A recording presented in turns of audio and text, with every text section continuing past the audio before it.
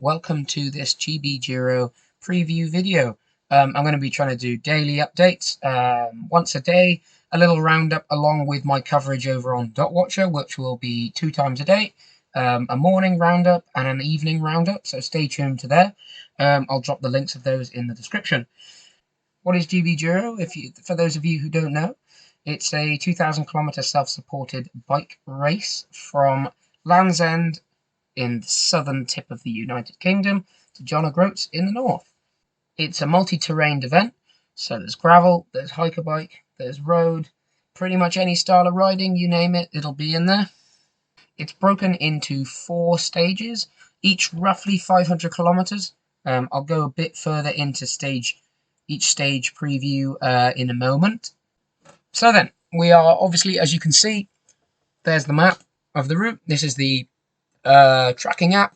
You can find this in Dotwatcher on the GBDURO website. It's a follow my challenge. You can also find it there. Let's have a little zoom in to the start. As you can see, there's all the peeps all lined up, ready to go. Kickoff is 8 AM tomorrow morning. Let's jump onto the leaderboard then. As you can see, there's our 31 riders. So a few names that some people might recognize.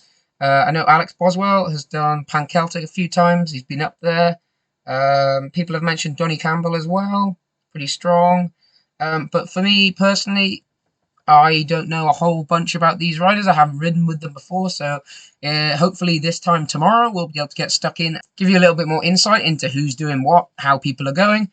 Let's jump back onto the map. So, and here they go. They'll be off tomorrow, as I said, 8 AM, Land's End. Heading through Cornwall is relatively tame compared to the rest of the route. The tough part about Cornwall is the short, sharp, punchy climbs, and depending on the weather as well, it was pretty exposed last year as well. So the heat really got to you. But unfortunately for the riders this year, or fortunately, I don't think they're going to have a whole deal of that. But yeah, a nice mix of on and off road through here. Nothing too technical so far. There's some really cracking views up towards here. Heading down then all the way to Truro. Again, nothing crazy up to here. There are some nice sections of gravel, a little bit of wooded areas, etc, etc. Real challenge is going to come for the guys and girls when they get to Quantox. That's when they'll load up the second GPX, I believe, just before then, coming into Devon.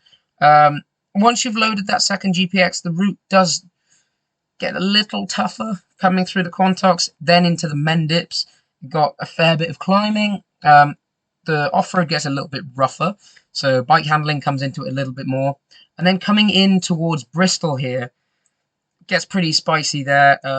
Lots of hiker bike in this bit, lots of big chunky routes, small trails that you're sort of weaving in and out of. So that's that. And then jumping across into Wales, there's a couple of short, sharp climbs there, but nothing really to be worried about. Then this section here, around the 500-kilometer mark, there is a bit of a noticeable kick on in the terrain, might I say. And then up from here, again, many people will be doing this in the dark. And this section here is called the Gap. It sort of intersects Cribbin and Van Big, which are 2 very well-known peaks. Some lovely walking around there, and lots of the riders will be, because this section is pretty tough. And after that, drop down and make their way towards Sennybridge. There is a little bit of respite here, a little bit of road through Sennybridge and onto the military base. Hopefully the red flag isn't flying for them, but to be honest, just sneak through. Then they'll come around towards Llanwrtyd Wells, and then up to this pretty spicy climb, actually. Probably about 7 kilometers or so. Then you get the lovely reward of this section here for the last sort of 60 kilometers, which is really stunning.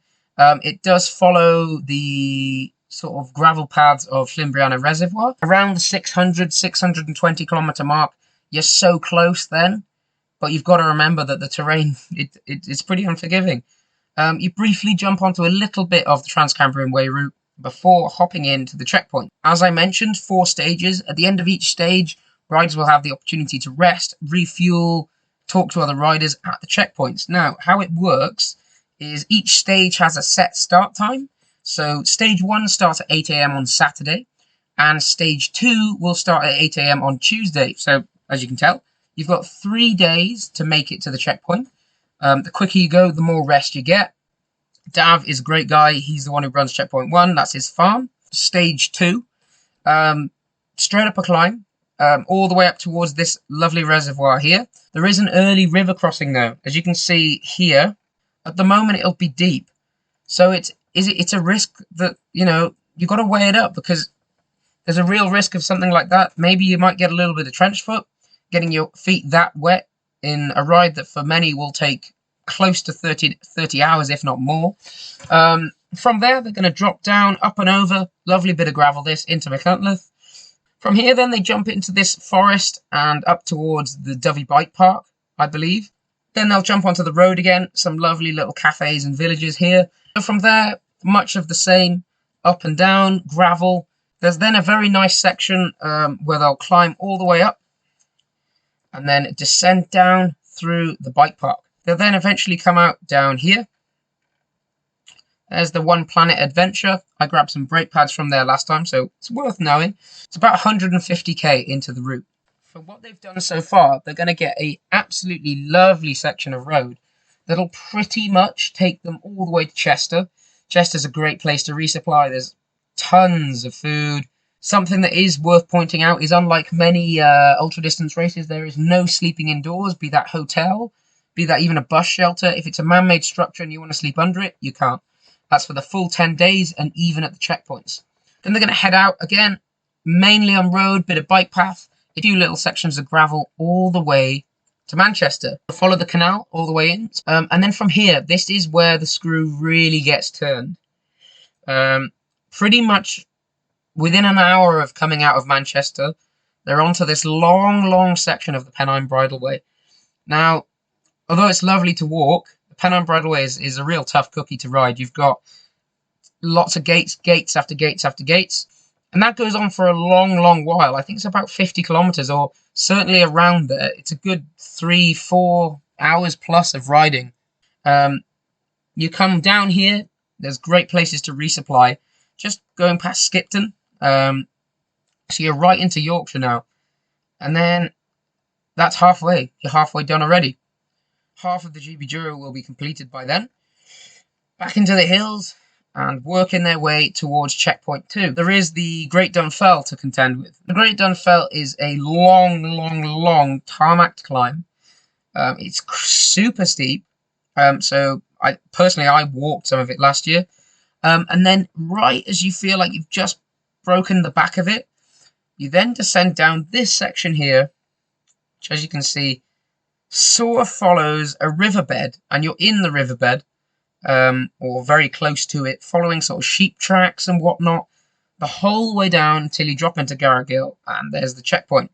So stage 3, immediately you're out into some beautiful terrain. There's some old railway paths, and it's the theme of the stage is you're working your way towards Scotland. Jumping into Scotland then, again, it's pretty beautiful. You get straight into the thick of it. You go through Falkirk, which is here. You go right past the Falkirk Wheel, which is a pretty impressive sight. Coming out of Falkirk then, the cities come thick and fast, straight through Stirling. And then you get towards this sort of the Loch territory, I suppose. There's some reasonably long climbs in there, reasonably spicy. You do jump briefly onto part of the route of the Highland Trail 550, which I believe is just a bit further on. Once you've gone, navigated some more lochs, so a couple more climbs, you eventually get to this part of the route here, the Corrie Eric Pass. Now, pretty impressive pass. It goes up, I think, to 600 or 700 meters, all gravel, and it's chunky gravel too, and it's probably comprised of maybe 10 switchbacks, maybe more. You work your way up that thing, and then you've cracked stage 3. It's a rolling descent down into the checkpoint in Fort Augustus. So I do believe the checkpoint has moved slightly from last year. This is Loch Ness, so you're on the banks of Loch Ness, which is really beautiful. Final stage, morale is high. If you've made it this far, you can do pretty much anything. The stage, in my opinion, is probably the easiest of the lot. It starts with a couple of climbs, You roll up through all of these climbs here. Nothing too crazy. This route is predominantly gravel front heavy, so you do most of the off-road sections in the first half, and this bit is almost like a Jurassic Park looking thing. There's big reeds and beautiful flowers, and then you go onto the track of 1,000 puddles here, and certainly after the weather we've had recently, that's going to be very aptly named. And then once you descend down, you make it into Contin. Now, Contin is super important. One of the only resupplies from now to the end. From here, then, back off-road. Quite enjoyable sections, actually. Probably some of the most remote parts of the route. 30 or 40, maybe even more, kilometers of gravel, and it is stunning. You go through these big valleys with big peaks either side, and you work your way all the way towards Rosenhall. You begin to climb up and out of the valley, and you have this amazing descent, and then hugging this reservoir here.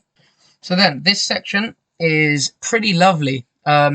Mostly on road. There is a few brief stints of gravel.